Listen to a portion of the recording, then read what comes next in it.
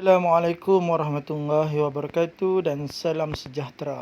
Hari ini kita belajar sejarah tingkatan 5 KSSM bab 8 Membina Kemakmuran Negara dengan tajuk kecilnya Pembentukan Dasar Pembangunan Nasional ataupun DPN.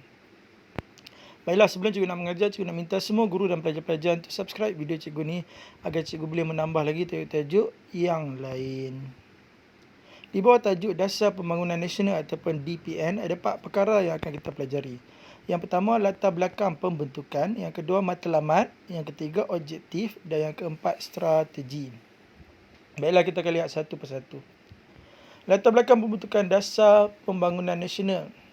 DPN dilancarkan oleh Tun Dr. Mahathir Mohamad pada 17 Jun 1991.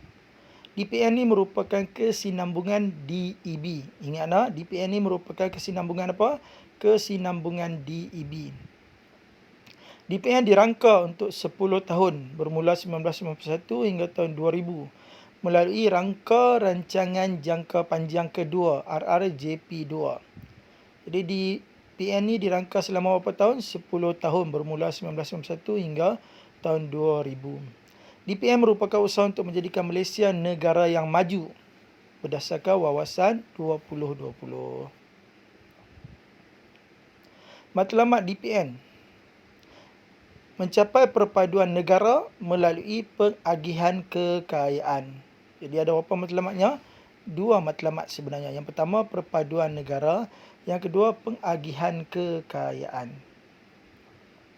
Okey, objektif DPN ada 2. Yang pertama, mewujudkan masyarakat yang bersatu padu dengan memperkukuh kestabilan sosial dan politik. Macam mana nak mewujudkan perpaduan dalam negara dengan mewujudkan masyarakat yang bersatu padu. Yang kedua, mengekalkan pembangunan ekonomi yang berterusan. Macam mana nak buat pengagihan kekayaan dengan cara mengekalkan pembangunan ekonomi yang berterusan. Dua-dua objektif ini adalah untuk mencapai matlamat DPN. Okey, strategi DPN ada 3 kesemuanya. Yang pertama ekonomi, yang kedua sosial dan yang ketiga kemudahan fizikal dan alam sekitar. Untuk ekonomi, ada 4 perkara yang telah dilaksanakan. Yang pertama, dilaksanakan program penanaman semula. Yang kedua, menggunakan sains dan teknologi. Segala bentuk pertanian mesti menggunakan sains dan teknologi. Yang ketiga, pihak swasta terlibat secara aktif dalam pembangunan ekonomi negara. Dan yang terakhir, pemilikan saham Bumiputera meningkat. Melalui segala program yang telah dilaksanakan, menyebabkan pemilikan saham Bumiputera meningkat. Okey, tengok dia punya formula untuk strategi dalam ekonomi ni. Tanam sains swasta sah. Tanam sains apa yang sah? Tanam sains swasta. Okey, tengok dengan formula. Tanam merujuk kepada penanaman iaitu program penanaman semula. Sains merujuk kepada sains juga iaitu menggunakan sains dan teknologi. Swasta merujuk kepada swasta juga iaitu penglibatan swasta secara aktif dalam pembangunan ekonomi. Dan sah merujuk kepada saham. Persamaan pada huruf SAH. Sah, saham. Di mana saham Bumiputera meningkat. Jadi formula untuk strategi dasar pembangunan nasional dalam ekonomi adalah tanam sains swasta sah. Tanam adalah program penanaman semula, sains adalah menggunakan sains dan teknologi, swasta adalah penglibatan pihak swasta dalam program pembangunan ekonomi dan sah merujuk kepada pemilikan saham Bumiputera meningkat. Okey, seterusnya kita lihat dalam bidang sosial. Ada 3 perkara yang dibuat oleh kerajaan. Yang pertama, intensif ataupun kemudahan pendidikan diberikan tanpa mengira kaum. Sosial kerajaan buat apa? Menyediakan kemudahan pendidikan kepada semua kaum.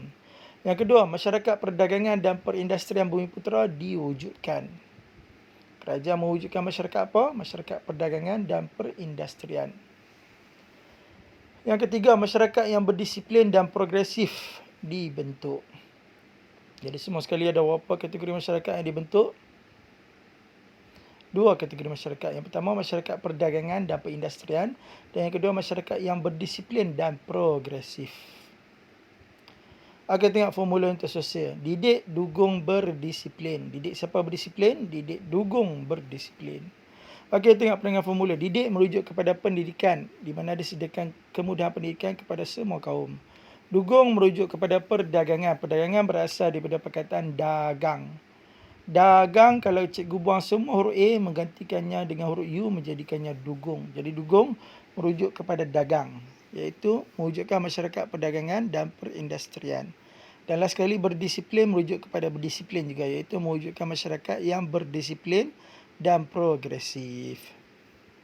Jadi strategi kerajaan untuk membangunkan dasar pembangunan nasional dalam bidang sosial, formulanya ialah didik, dugong, berdisiplin. Didik disediakan kemudahan dalam bidang pendidikan untuk semua kaum.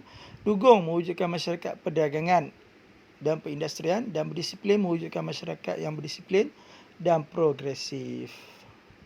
Okey, dan yang terakhir adalah menyediakan kemudahan fizikal dan alam sekitar.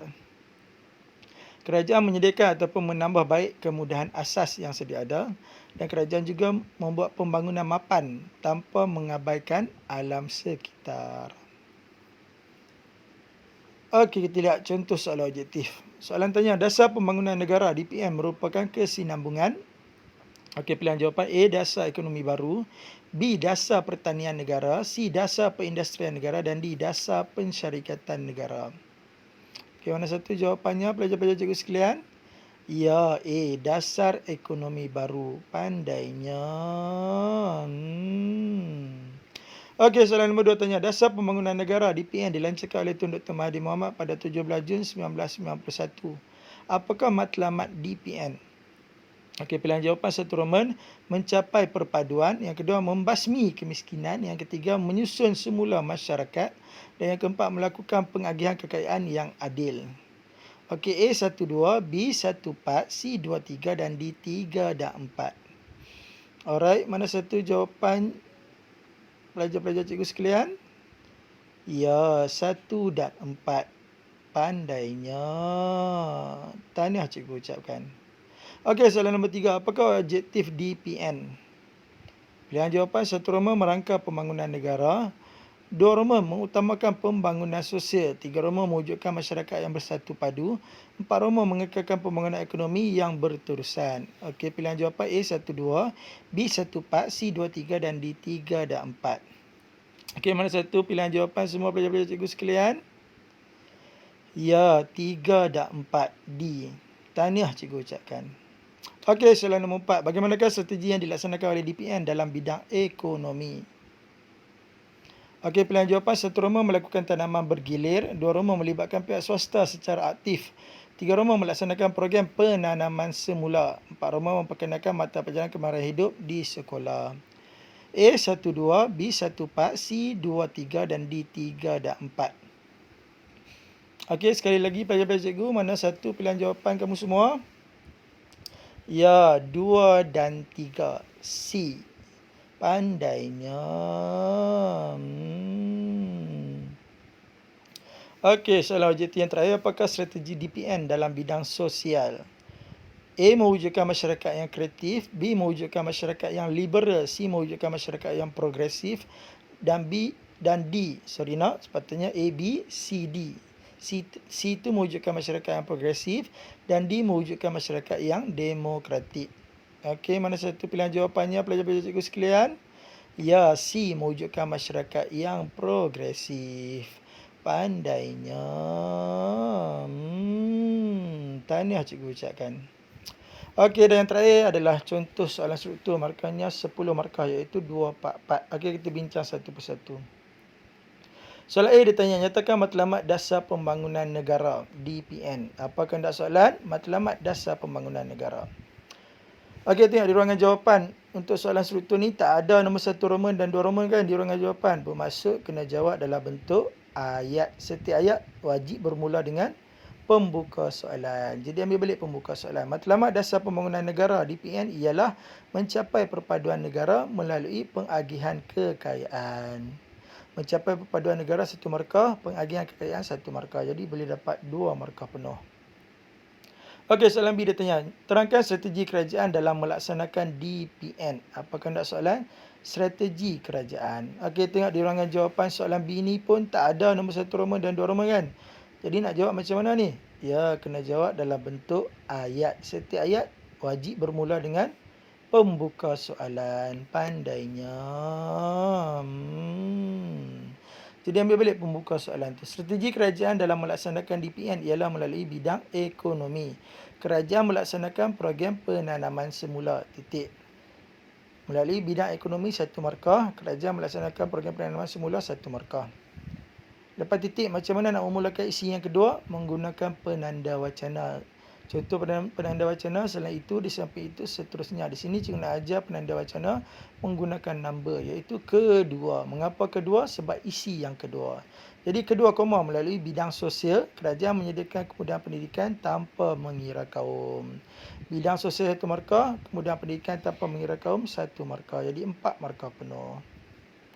Okey, dan yang terakhir adalah soalan kebat. Soalan tanya, sebagai warga negara Malaysia yang patriotik, apakah peranan anda untuk merangsang pembangunan ekonomi negara? Apakah anda soalan? Peranan anda, peranan kita untuk merangsang pembangunan ekonomi negara. Okey, seperti biasa, kalau tengok di ruangan jawapan, dia tak ada nombor 1 Roman dan 2 Roman kan? Jadi bermaksud kena jawab dalam bentuk ayat. Setiap ayat wajib bermula dengan pembuka soalan. Okey, untuk jawab soalan kebat ni, sebagaimana cikgu ajak sebelum-sebelum ni, mesti ada 4 perkara. Ada isi, huraian, contoh dan last sekali kesan. Sebagai warga negara Malaysia yang patriotik, peranan saya untuk merangsang pembangunan ekonomi negara ialah menyediakan banyak kemudahan di tempat pelancongan. Titik. Contohnya, menyediakan banyak kedai makan dan gerai jualan di tempat peranginan Telaga 7 Langkawi. Huraiannya, hal ini dapat menarik kedatangan pelancong asing ke dalam negara. Last sekali kesannya, dapat menambah pendapatan negara melalui pertukaran mata wang asing. Okey, hanya sekadar itu saja. Kita jumpa lagi dalam kelas sejarah yang seterusnya. Sekian.